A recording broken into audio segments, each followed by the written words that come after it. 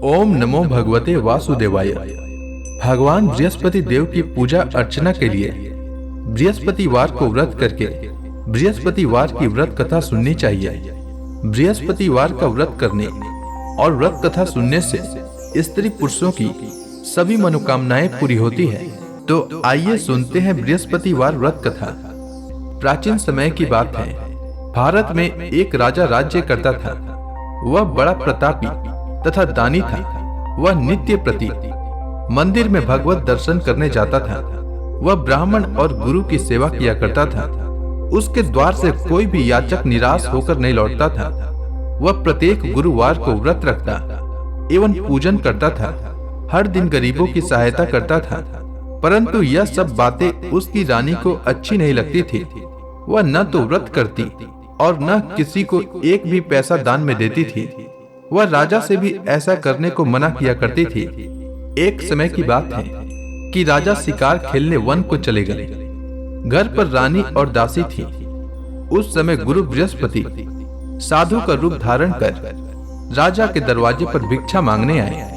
साधु ने रानी से भिक्षा मांगी तो वह कहने लगी, हे साधु महाराज, मैं इस दान और पुण्य से तंग आ गई हूँ। इस कार्य के लिए तो मेरे पति देव ही बहुत हैं। अब आप ऐसी कृपा करें कि सारा धन नष्ट हो जाए तथा मैं आराम से रह सकूं। साधु रूपी बृहस्पति देव ने कहा, हे देवी, तुम बड़ी विचित्र हो। संतान और धन से कोई दुखी नहीं होता है, इसको सभी चाहते हैं। पापी भी पुत्र और धन की इच्छा करता है। अगर तुम्हारे पास धन अधिक है तो भूखे मनुष्यों को भोजन कराओ, प्याऊ लगाओ, ब्राह्मणों को दान दो, धर्मशालाएं बनवाओ, कुआं, तालाब, बावड़ी, बाग, बगीचे आदि का निर्माण कराओ तथा निर्धनों की कुंवारी कन्याओं का विवाह कराओ, साथ ही यज्ञ आदि करो। इस प्रकार के कर्मों से आपके कुल का और आपका नाम परलोक में सार्थक होगा एवं स्वर्ग की प्राप्ति होगी। परंतु रानी साधु की इन बातों से खुश नहीं हुई। उसने कहा, हे साधु महाराज, मुझे ऐसे धन की आवश्यकता नहीं जिसको मैं अन्य लोगों को दान दूं तथा जिसको रखने और संभालने में ही मेरा सारा समय नष्ट हो जाए। साधु ने कहा, हे देवी, यदि तुम्हारी ऐसी ही इच्छा है तो जैसा मैं तुम्हें बताता हूं तुम वैसा ही करना। बृहस्पतिवार के दिन घर को गोबर से लिपना, अपने केसों को पीली मिट्टी से धोना, केसों को धोते समय स्नान करना, राजा से कहना वह हजामत करवाए, भोजन में मांस मदिरा खाना, कपड़ा धोबी के यहाँ धुलने देना। इस प्रकार 7 बृहस्पतिवार करने से तुम्हारा सारा धन नष्ट हो जाएगा। यह कहकर साधु महाराज रूपी बृहस्पति देव अंतर्धान हो गए।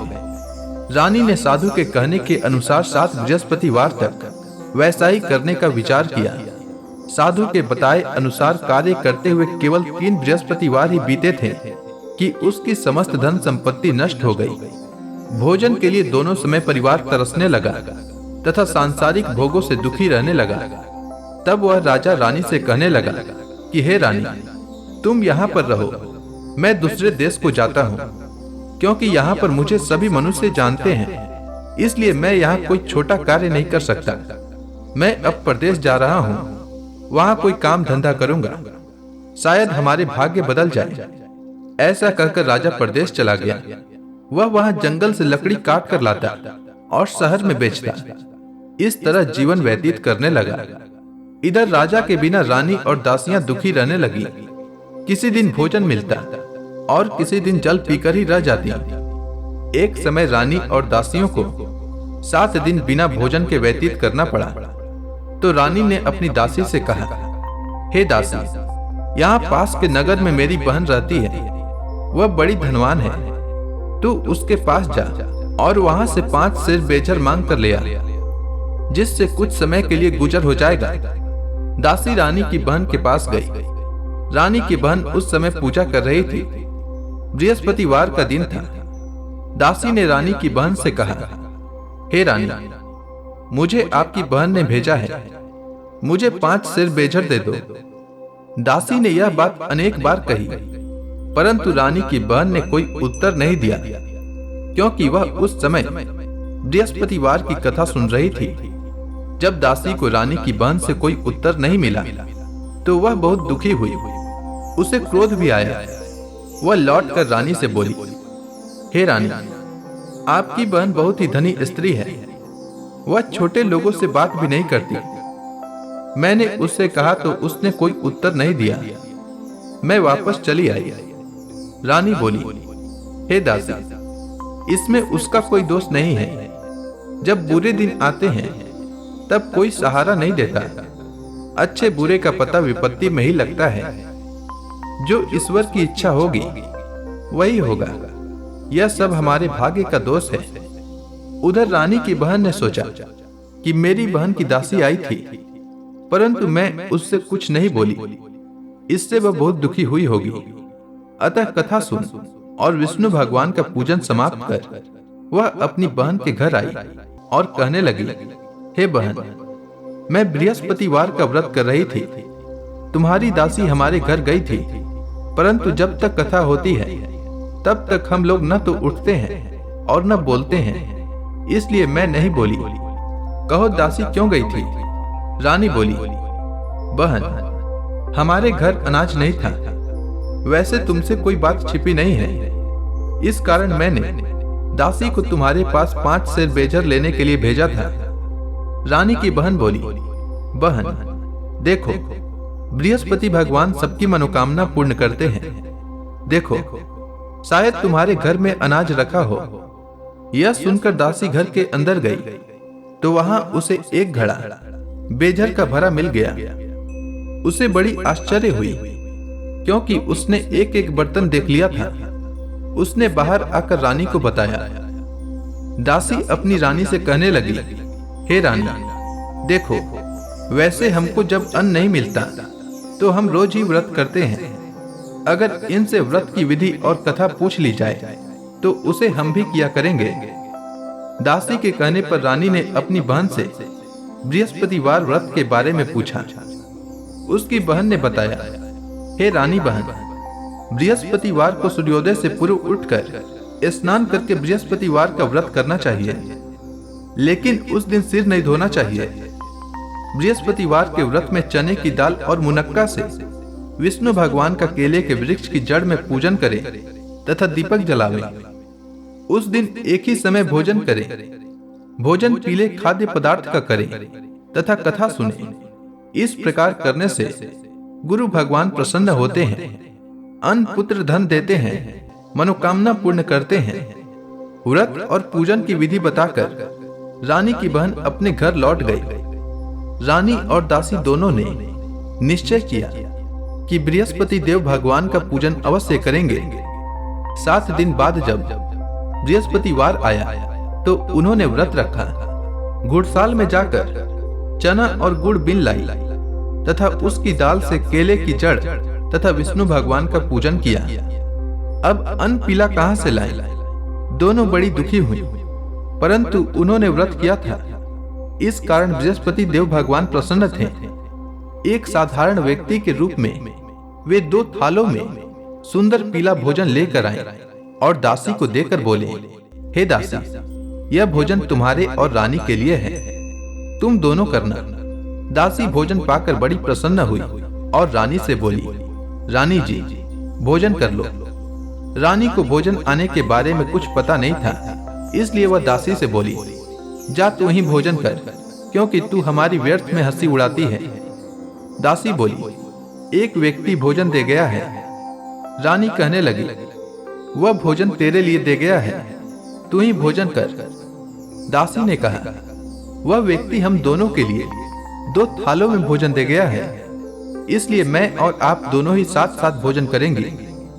दोनों ने गुरु भगवान को नमस्कार कर भोजन प्रारंभ किया। उसके बाद से वे प्रत्येक बृहस्पतिवार को गुरु भगवान का व्रत और पूजन करने लगी। बृहस्पति भगवान की कृपा से उनके पास धन हो गया, परंतु रानी फिर से पहले की तरह आलस्य करने लगी। तब दासी ने कहा, देखो रानी, तुम पहले भी इस प्रकार आलस्य करती थी। तुम्हें धन के रखने में कष्ट होता था, इस कारण सभी धन नष्ट हो गया था। अब गुरु भगवान की कृपा से धन मिला है तो फिर तुम्हें आलस्य होता है। बड़ी मुसीबतों से हमने यह धन पाया है, इसलिए हमें दान पुण्य करना चाहिए। तुम भूखे मनुष्यों को भोजन कराओ, प्याऊ लगवाओ और ब्राह्मणों को दान दो। कुआं, तालाब, बावड़ी आदि का निर्माण करवाओ। मंदिर, पाठशाला बनवाकर दान दो। कुंवारी कन्याओं का विवाह करवाओ। धन को शुभ कार्यों में खर्च करो, जिससे तुम्हारे कुल का यश बढ़े तथा स्वर्ग प्राप्त हो और पितृ प्रसन्न हो। दासी की बात मानकर रानी ने इसी प्रकार के कर्म करने प्रारंभ किए, जिससे उसका काफी यश फैलने लगा।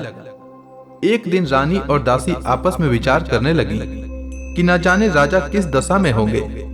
उनकी कोई खोज खबर नहीं है। गुरु भगवान से उन्होंने प्रार्थना की और भगवान ने रात्रि में राजा को स्वप्न में कहा, हे राजा, उठ, तेरी रानी तुझको याद करती है, अब अपने देश को लौट जा। राजा प्रातः काल उठकर जंगल से लकड़ियां काट कर लाने के लिए जंगल की ओर चल पड़ा। जंगल से गुजरते समय वह सोचने लगा, रानी की गलती से उसे कितने दुख भोगने पड़े। राजपाट छोड़कर उसे जंगल में आकर रहना पड़ा। जंगल से लकड़ियां काटकर उन्हें बेचकर गुजारा करना पड़ा। उसी समय उस जंगल में बृहस्पति देव एक साधु का रूप धारण करके आए और राजा के पास आकर बोले, हे लकड़हारे, तुम इस सुनसान जंगल में किस चिंता में बैठे हो, मुझे बतलाओ। यह सुनकर राजा के नेत्रों में जल भर आया और साधु की वंदना कर बोला, हे प्रभु, आप सब कुछ जानने वाले हैं। इतना कहकर राजा ने साधु को अपनी संपूर्ण कहानी सुना दी। महात्मा दयालु होते हैं। वे राजा से बोले, हे राजा, तुम्हारी पत्नी ने बृहस्पति देव के प्रति अपराध किया था, जिसके कारण तुम्हारी यह दशा हुई है। अब तुम किसी प्रकार की चिंता मत करो, भगवान तुम्हें पहले से अधिक धन देंगे। देखो, तुम्हारी पत्नी ने बृहस्पतिवार का व्रत करना प्रारंभ कर दिया है। अब तुम भी बृहस्पतिवार का व्रत करके चने की दाल व गुड़ जल के लोटे में डालकर केले का पूजन करो। फिर कथा कहो या सुनो, भगवान तुम्हारी सब मनोकामनाओं को पूर्ण करेंगे। साधु को प्रसन्न देखकर राजा बोला, हे प्रभु, मुझे लकड़ी बेचकर इतना पैसा भी नहीं बचता जिससे भोजन करने के उपरांत कुछ बचा सकूं। मैंने रात्रि में अपनी रानी को व्याकुल देखा है। मेरे पास कोई साधन नहीं जिससे समाचार जान सकूं। फिर मैं बृहस्पति देव की क्या कहानी कहूं? साधु ने कहा, हे राजा, तुम किसी बात की चिंता मत करो। बृहस्पतिवार के दिन तुम रोजाना की तरह लकड़ियां लेकर शहर में जाओ। तुम्हें रोज से दोगुना धन प्राप्त होगा, जिससे तुम भली भांति भोजन कर लोगे तथा बृहस्पति देव की पूजा का सामान भी आ जाएगा। बृहस्पति देव की कथा इस प्रकार है, तुम ध्यान पूर्वक सुनो। प्राचीन काल में एक बहुत ही निर्धन ब्राह्मण था। उसकी कोई संतान नहीं थी। वह नित्य पूजा पाठ करता, परंतु उसकी स्त्री बहुत मलिनता के साथ रहती थी। वह न स्नान करती और न किसी देवता का पूजन करती। प्रातः काल उठते ही सर्वप्रथम भोजन करती, बाद में कोई अन्य कार्य करती। ब्राह्मण देवता बहुत दुखी रहते थे। पत्नी को बहुत समझाते, किंतु उसका कोई परिणाम न निकलता। भगवान की कृपा से ब्राह्मण की स्त्री को कन्या उत्पन्न हुई। वह कन्या अपने पिता के घर में बड़ी होने लगी। वह बालिका प्रातः स्नान करके भगवान विष्णु का जप करती। वह बचपन से ही बृहस्पतिवार का व्रत भी करने लगी।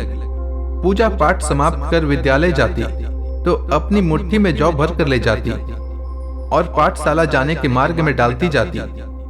वही जौ स्वर्ण के हो जाते तो लौटते समय उनको बीनकर घर ले आती। एक दिन वह बालिका सूप में उन सोने के जौ को फटक कर साफ कर रही थी। तभी उसकी मां ने देख लिया और कहा, हे बेटी, सोने के जौ को फटकने के लिए सोने का सूप होना चाहिए। दूसरे दिन गुरुवार था। इस कन्या ने व्रत रखा और बृहस्पति देव से प्रार्थना करके कहा, हे प्रभु, यदि मैंने सच्चे मन से आपकी पूजा की हो तो मुझे सोने का सूप दे दो। बृहस्पति देव ने उसकी प्रार्थना को स्वीकार कर ली। रोजाना की तरह वह कन्या जौ फैलाती हुई विद्यालय चली गई। विद्यालय से लौटकर जब वह जौ बीन रही थी तो बृहस्पति देव की कृपा से उसे सोने का सुख मिला। उसे वह घर ले आई और उससे जौ साफ करने लगी, परंतु उसकी मां का वही ढंग रहा। एक दिन की बात है, वह कन्या सोने के सुख में जौ साफ कर रही थी। उस समय उस नगर का राजकुमार वहां से होकर निकला। इस कन्या के रूप और सोने के सुख में जौ को साफ करते देखकर वह उस कन्या पर मोहित हो गया। राजमहल आकर वह भोजन तथा जल त्याग कर उदास होकर लेट गया। राजा को जब राजकुमार द्वारा अन्न जल त्यागने का समाचार ज्ञात हुआ तो अपने मंत्रियों के साथ वह अपने पुत्र के पास गए और बोले, हे पुत्र, तुम्हें किस बात का कष्ट है? किसी ने अपमान किया है अथवा कोई और कारण है? मुझे बताओ, मैं वही करूंगा जिससे तुम्हें प्रसन्नता हो। राजकुमार ने अपने पिता की बातें सुनी तो वह बोला, मुझे आपकी कृपा से किसी बात का दुख नहीं है। किसी ने मेरा अपमान भी नहीं किया है, परंतु मैं उस लड़की के साथ विवाह करना चाहता हूं जो सोने के सूप में जौ साफ कर रही थी। यह सुनकर राजा आश्चर्य में पड़ गया और बोला, हे पुत्र, इस तरह की कन्या का पता तुम ही लगाओ। मैं उसके साथ तुम्हारा विवाह अवश्य ही करवा दूंगा। राजकुमार ने राजा को उस लड़की के घर का पता बतलाया। मंत्री उस लड़की के घर गया और राजा का आदेश ब्राह्मण को सुनाया। कुछ ही दिन बाद ब्राह्मण की कन्या का विवाह राजकुमार के साथ संपन्न हो गया। कन्या के घर से जाते ही उस ब्राह्मण देवता के घर में पहले की ही भांति गरीबी का वास हो गया। अब भोजन के लिए भी अन्न बड़ी मुश्किल से मिलता था। एक दिन दुखी होकर ब्राह्मण अपनी पुत्री से मिलने गया। बेटी ने पिता के दुख की अवस्था को देखा और अपनी मां का समाचार पूछा। ब्राह्मण ने सभी हाल कहा। कन्या ने बहुत सा धन देकर अपने पिता को विदा कर दिया। इस तरह ब्राह्मण का कुछ समय सुखपूर्वक व्यतीत हुआ, लेकिन कुछ दिन बाद फिर वही हाल हो गया। ब्राह्मण फिर अपनी कन्या के यहाँ गया और सभी हाल कहा तो पुत्री बोली, हे पिताजी, आप माता जी को यहाँ लिवा लाओ। मैं उन्हें वह विधि बता दूंगी जिससे गरीबी दूर हो जाए। ब्राह्मण देवता अपनी स्त्री को साथ लेकर अपनी पुत्री के पास राजमहल पहुंचे तो पुत्री अपनी माता को समझाने लगी, हे माँ, तुम प्रातः काल उठकर प्रथम स्नान आदि करके विष्णु भगवान का पूजन करो तो सब दरिद्रता दूर हो जाएगी। परंतु उसकी माँ ने उसकी एक बात नहीं मानी। वह प्रातः काल उठकर अपनी पुत्री का बचा जूठन खा लेती थी। एक दिन उसकी पुत्री को बहुत क्रोध आया। उसने एक रात एक कोठरी से सारा सामान निकाल दिया और अपनी माँ को उसमें बंद कर दिया। प्रातः उसमें से उसे निकाला तथा स्नान आदि करा के पूजा पाठ करवाया तो उसकी माँ की बुद्धि ठीक हो गई। इसके बाद वह नियम से पूजा पाठ करती और प्रत्येक बृहस्पतिवार को व्रत रखने लगी। इस व्रत के प्रभाव से उसकी माँ भी बहुत धनवान हो गई और बृहस्पति देवता के प्रभाव से स्वर्ग को प्राप्त हुई। वह ब्राह्मण भी सुखपूर्वक इस लोक का सुख भोग कर स्वर्ग को प्राप्त हुआ। इस तरह कहानी कहकर साधु देवता वहां से लोप हो गए। धीरे धीरे समय व्यतीत होने पर फिर बृहस्पतिवार का दिन आया। राजा जंगल से लकड़ी काट कर किसी शहर में बेचने गया। उसे उस दिन और दिनों से अधिक धन मिला। राजा ने चना, गुड़ आदि लाकर बृहस्पतिवार का व्रत किया। उस दिन से उसके सभी कलेश दूर हो गए। परंतु जब अगला गुरुवार का दिन आया तो वह बृहस्पतिवार का व्रत करना भूल गया।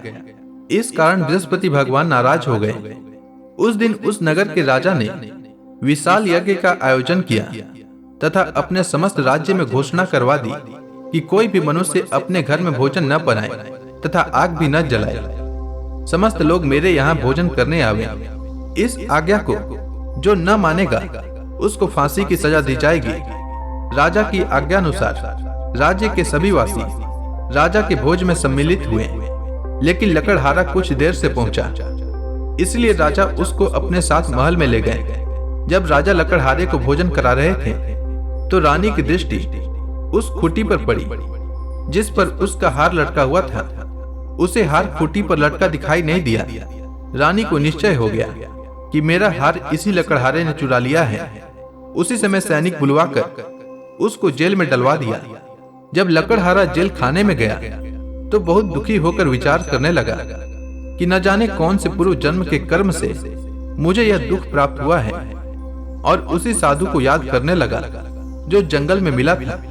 तत्काल बृहस्पति देव साधु के रूप में प्रकट हो गए और उसकी दशा को देखकर कहने लगे, अरे मूर्ख, तूने बृहस्पति देवता की कथा नहीं कही, इसी कारण तुझे दुख प्राप्त हुआ है। अब चिंता मत कर, बृहस्पतिवार के दिन जेल खाने के दरवाजे पर 4 पैसे पड़े मिलेंगे, उनसे तू बृहस्पति देव की पूजा करना तो तेरे सभी कष्ट दूर हो जाएंगे। अगले बृहस्पतिवार को उसे जेल के द्वार पर 4 पैसे मिले।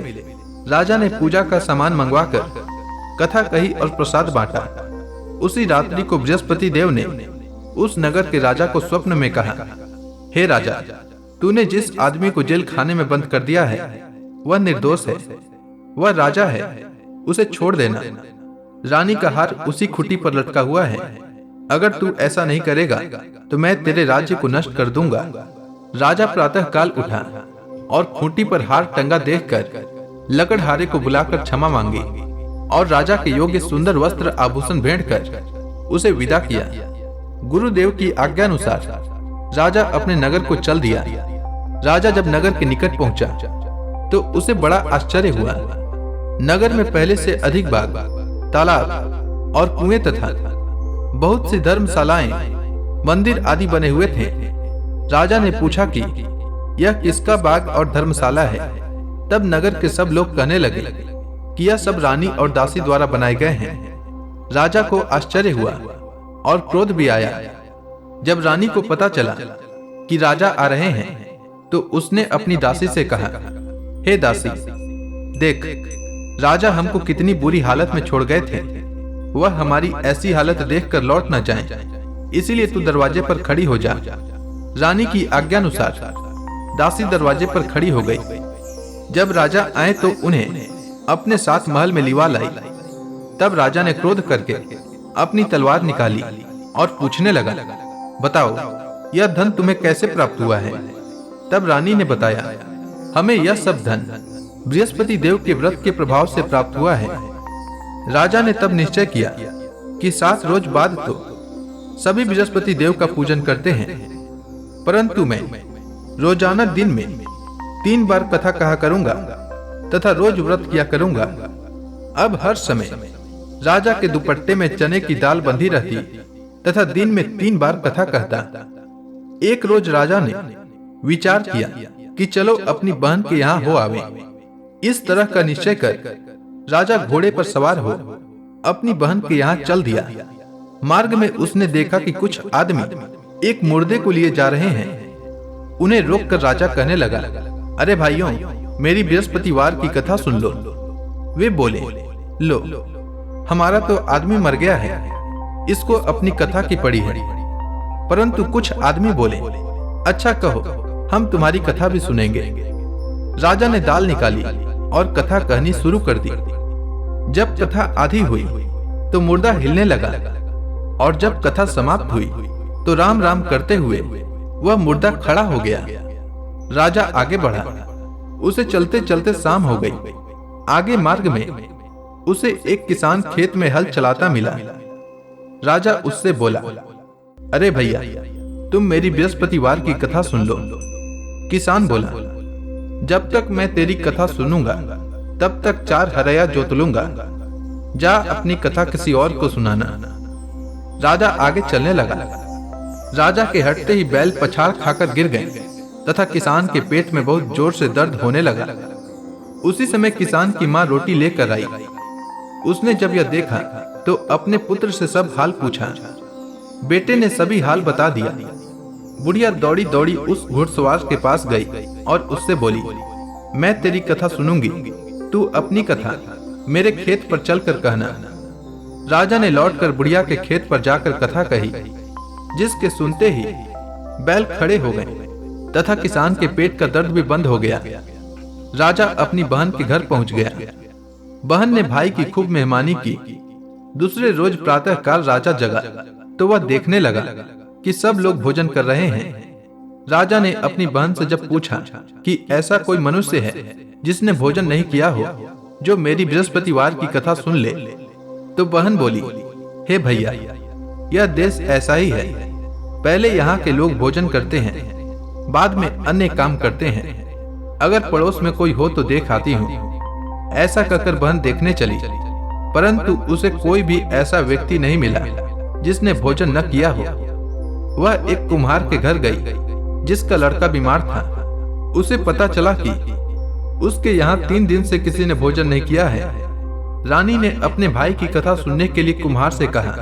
वह तैयार हो गया। राजा ने जाकर बृहस्पतिवार की कथा कही, जिसको सुनकर उसका लड़का ठीक हो गया। अब तो राजा की प्रशंसा होने लगी। एक दिन राजा ने अपनी बहन से कहा, हे बहन, मैं अपने घर जाऊंगा, तुम भी तैयार हो जाओ। राजा की बहन ने अपनी सास से अपने भाई के साथ जाने की आज्ञा मांगी। सास बोली, चली जा, परंतु अपने लड़कों को मत ले जाना, क्योंकि तेरे भाई को कोई संतान नहीं होती है। बहन ने अपने भाई से कहा, हे भैया, मैं तो चलूंगी, परंतु कोई बालक नहीं जाएगा। राजा ने कहा, जब कोई बालक नहीं चलेगा तब तुम जाकर ही क्या करोगी? दुखी मन से राजा अपने नगर को लौट आया। राजा ने अपनी रानी से कहा, हम निसंतान हैं, इसीलिए कोई हमारे घर आना पसंद नहीं करता। इतना कह वह बिना भोजन आदि किए शैया पर लेट गया। रानी बोली, हे प्रभु, बृहस्पति देव ने हमें सब कुछ दिया है, वे हमें संतान भी अवश्य देंगे। उसी रात बृहस्पति देव ने राजा को स्वप्न में कहा, हे राजा, उठ, सभी सोच त्याग दे, तेरी रानी गर्भवती है। राजा को यह जानकर बड़ी खुशी हुई। 9वें महीने रानी के गर्भ से एक सुंदर पुत्र उत्पन्न हुआ। जब राजा की बहन ने यह शुभ समाचार सुना तो वह बहुत खुश हुई तथा बधाई लेकर अपने भाई के यहाँ आई। तभी रानी ने कहा, घोड़ा चढ़कर नहीं आई, गधा चढ़ी आई। राजा की बहन बोली, भाई, मैं इस प्रकार न कहती तो तुम्हें संतान कैसे मिलती? बृहस्पति देव ऐसे ही हैं, जिसके मन में जो कामनाएं रहती है सभी को पूर्ण करते हैं। जो सद्भावना पूर्वक बृहस्पतिवार का व्रत कथा करता है एवं पढ़ता है अथवा सुनता है और दूसरों को सुनाता है, बृहस्पति देव उसकी सभी मनोकामना पूर्ण करते हैं। बृहस्पति देव उसकी सदैव रक्षा करते हैं। जो संसार में सद्भावना व सच्चे हृदय से बृहस्पति देव का पूजन करते हैं, उनकी सभी मनोकामनाएं उसी प्रकार पूर्ण होती है जैसे रानी और राजा ने बृहस्पति देव की कथा का गुणगान किया। उनकी सभी इच्छाएं बृहस्पति देव ने पूर्ण की। मनुष्य को हृदय से उनका मनन करते हुए जयकारा करना चाहिए। तो प्रेम से बोलिए, बृहस्पति भगवान की जय, विष्णु भगवान की जय, माता लक्ष्मी की जय। अब आप सभी भक्तगण हाथ जोड़कर भगवान विष्णु का ध्यान करें। आरती होने वाली है। ओम जय जगदीश हरे, स्वामी जय जगदीश हरे। भक्त जनों के संकट, भक्त जनों के संकट क्षण में दूर करे। ओम जय जगदीश हरे। जो ध्यावे फल पावे, दुख बिन से मन का, सुख संपत्ति घर आवे, कष्ट मिटे तन का। ओम जय जगदीश हरे। मात पिता तुम मेरे, शरण गहूँ मैं किसकी, प्रभु शरण गहूँ मैं किसकी। तुम बिन और न दूजा, तुम बिन और न दूजा, आस करूं मैं किसकी। ओम जय जगदीश हरे। तुम पूरन परमात्मा, तुम अंतर्यामी, प्रभु तुम अंतर्यामी। पार ब्रह्म परमेश्वर तुम सबके